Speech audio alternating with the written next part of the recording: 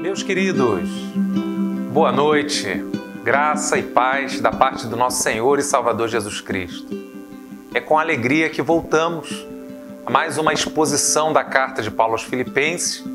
Eu quero hoje lhe convidar a abrir comigo o capítulo de número 3 e faremos a leitura dos versos 18 em diante. Assim nos diz o texto sagrado. Já disse isso muitas vezes e agora repito, chorando. Existem muitos que, pela sua maneira de viver, se tornam inimigos da mensagem da morte de Cristo na cruz.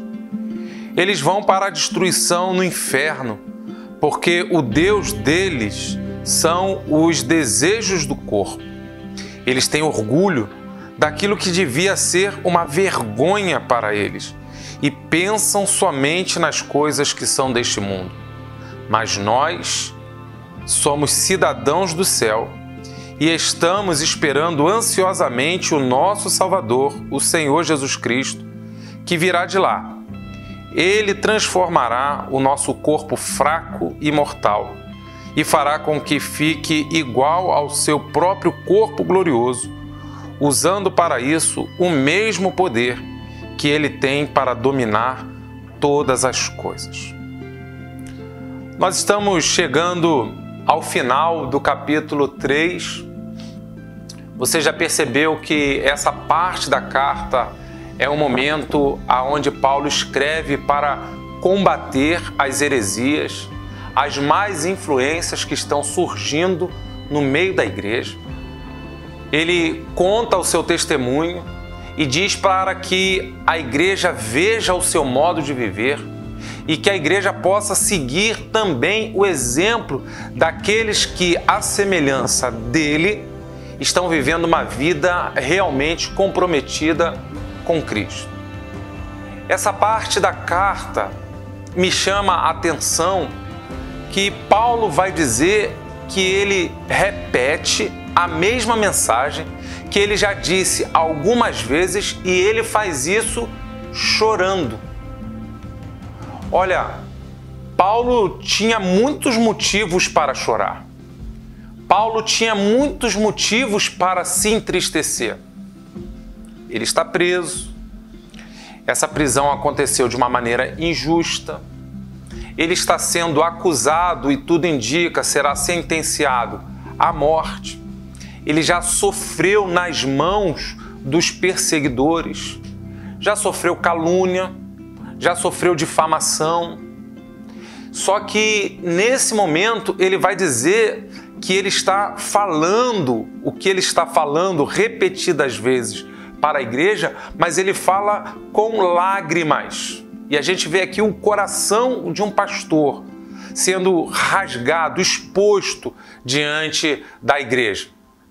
E por qual motivo Paulo está chorando? Paulo está chorando porque ele está vendo que está se volumando, está crescendo no meio da igreja a infiltração, a presença e a influência daqueles que estão desencaminhando os crentes. E ele sofre com isso, ele chora com isso. Paulo vai chamar a estes de inimigos da cruz de Cristo. Observa que ele não diz inimigos de Cristo, mas inimigos da cruz de Cristo. E por que ele está falando inimigos da cruz? Porque ele está fazendo menção a pessoas que têm envolvimento com o Evangelho. Pessoas que estão ligadas à vida da igreja.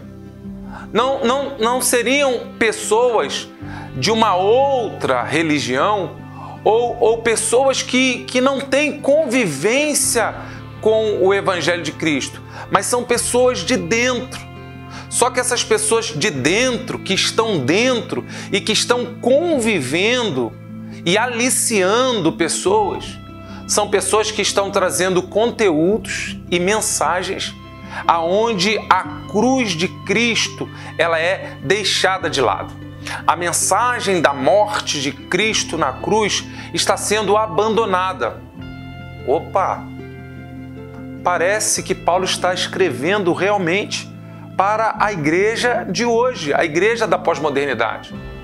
Porque também tem se agigantado em nosso meio tantos que, na tentativa de fazer do Evangelho uma mensagem atraente, na tentativa de fazer com que a mensagem do Evangelho alcance um número maior de pessoas e tenha, portanto, uma maior audiência, muitos likes, muitos compartilhamentos, né, nas redes sociais.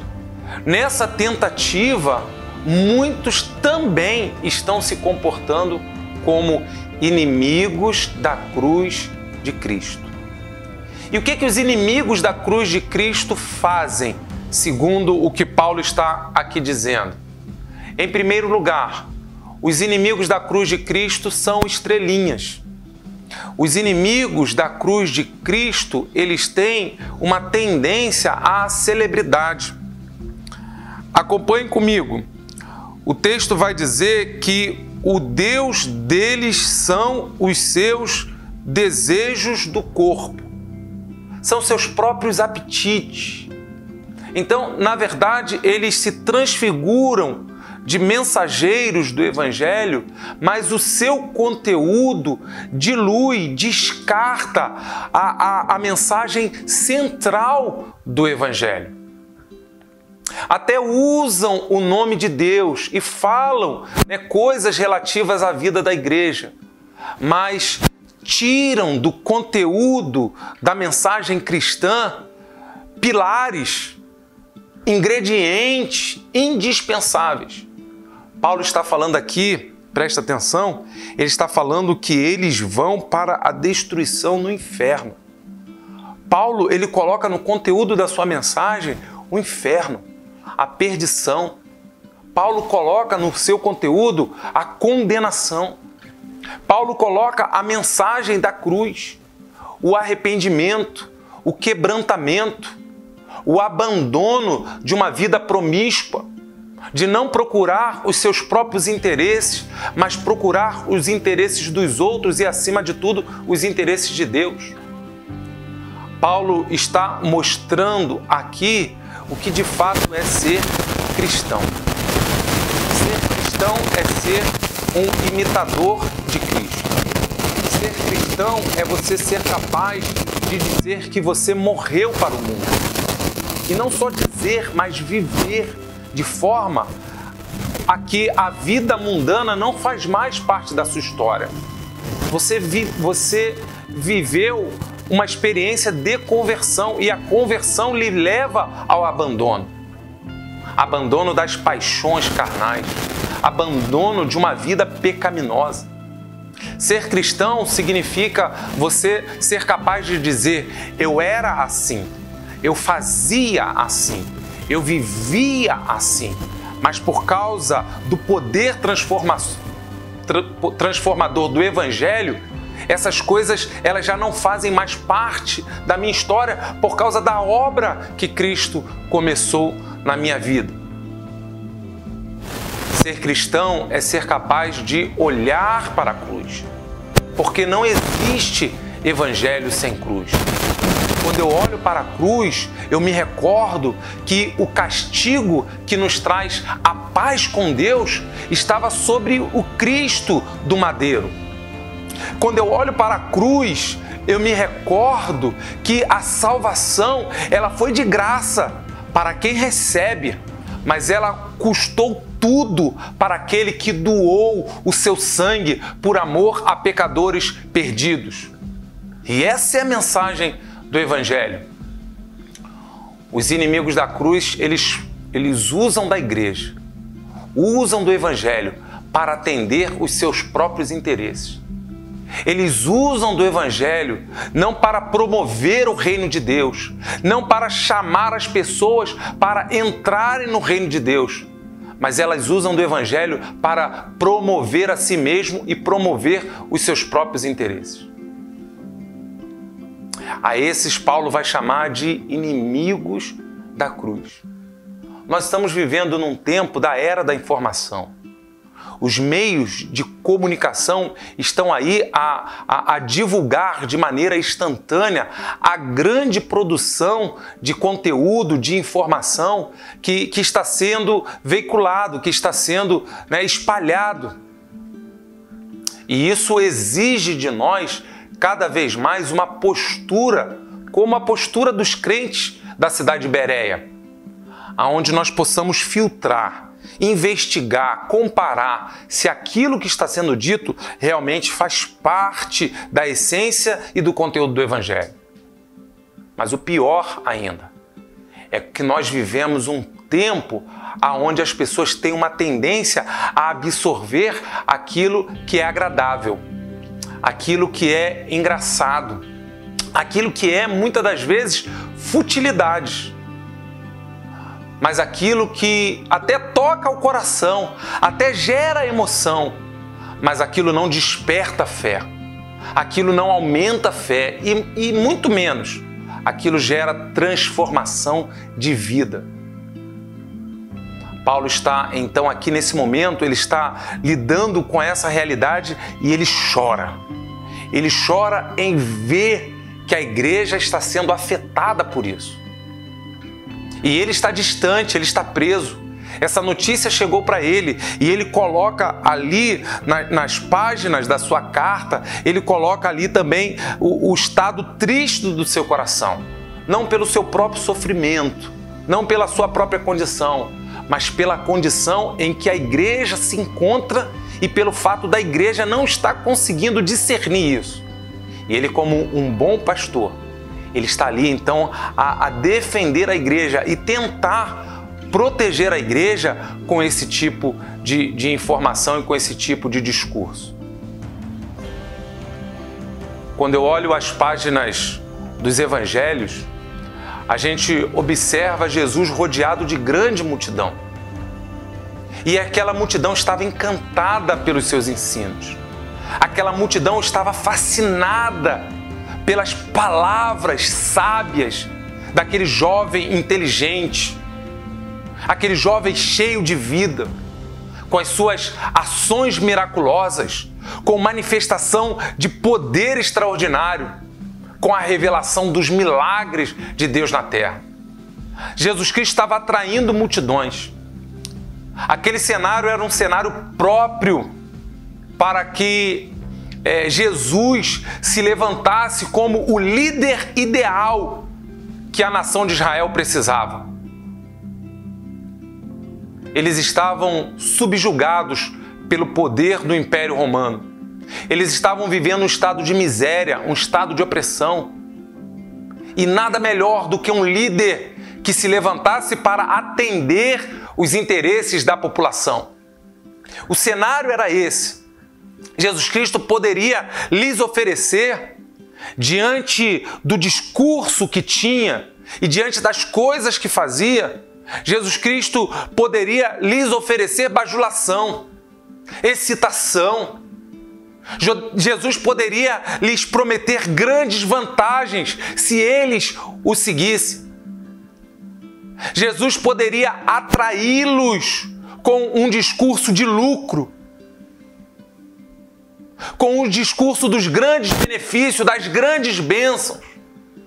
Mas se você observar o que está registrado no capítulo 14 do Evangelho de Lucas, você vai ver que nesse momento, Jesus Cristo ele traz para a multidão uma palavra de desafio. Jesus Cristo não apresenta para aquela multidão atalhos de uma vida cheia de felicidade na terra. Jesus Cristo começa a lhes apresentar o custo do discipulado. Jesus Cristo começa a lhes apresentar o estreito caminho, o longo caminho e o seguro caminho de uma vida plena com Deus que se estenderá por toda a eternidade. Mas para andar no caminho que é estreito, eles pagariam preço, eles sofreriam dificuldades, eles viveriam perigos por se autodenominarem seguidores. E Jesus Cristo então dá ali a sentença, dizendo assim, ó, diante de tudo isso, aquele que quiser me seguir, negue-se a si mesmo, tome cada dia a sua cruz, vem e segue-me. Jesus Cristo, ele nunca escondeu a cruz. A cruz sempre esteve presente. Quando Paulo está ensinando lá aos crentes da cidade de Corinto, no capítulo 1, versículo 18 da primeira carta, ele vai dizer o seguinte, olha, a mensagem da cruz, ela é loucura, ela é escândalo para os que estão perecendo. Mas para nós que estamos sendo salvos, ela é a manifestação do poder de Deus. Se você de fato quer andar com Cristo, então existe uma cruz para você carregar.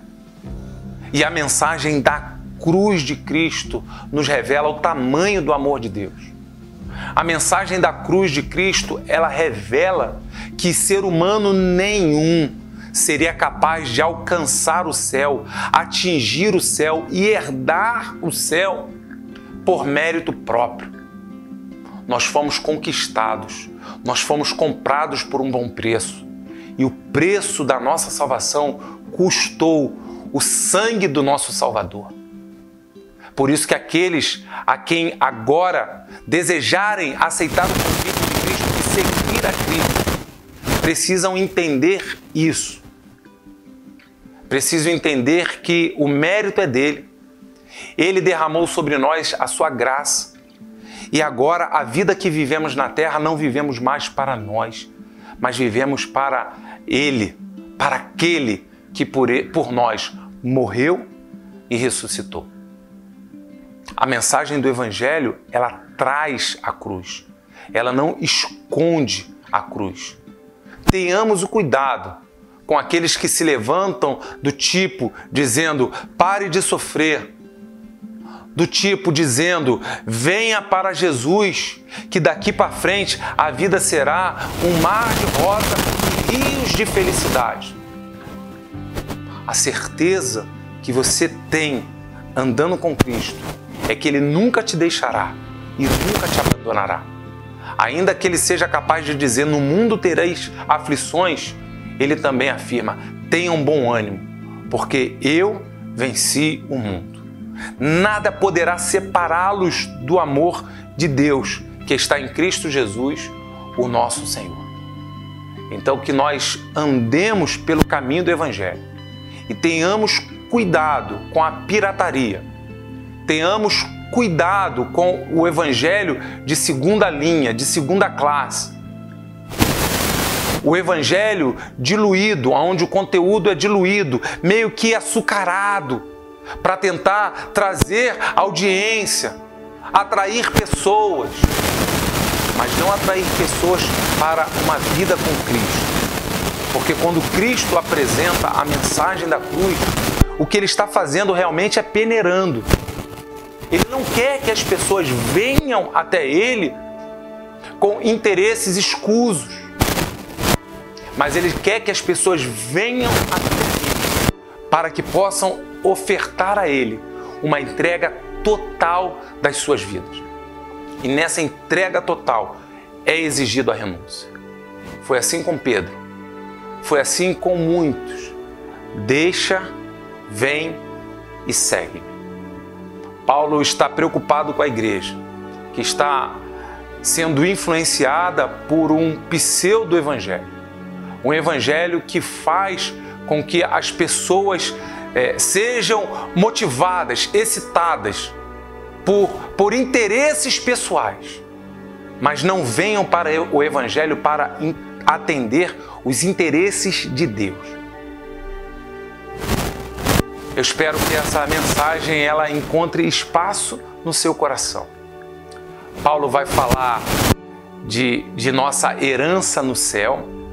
Ele vai falar de que a nossa pátria não é desta terra. Ele vai falar que ele aguarda a volta de Cristo. Ele vai falar também, tudo nesse conteúdo, ele vai falar que aguarda a transformação que nós sofreremos, aonde o nosso corpo mortal será revestido, da incorruptibilidade.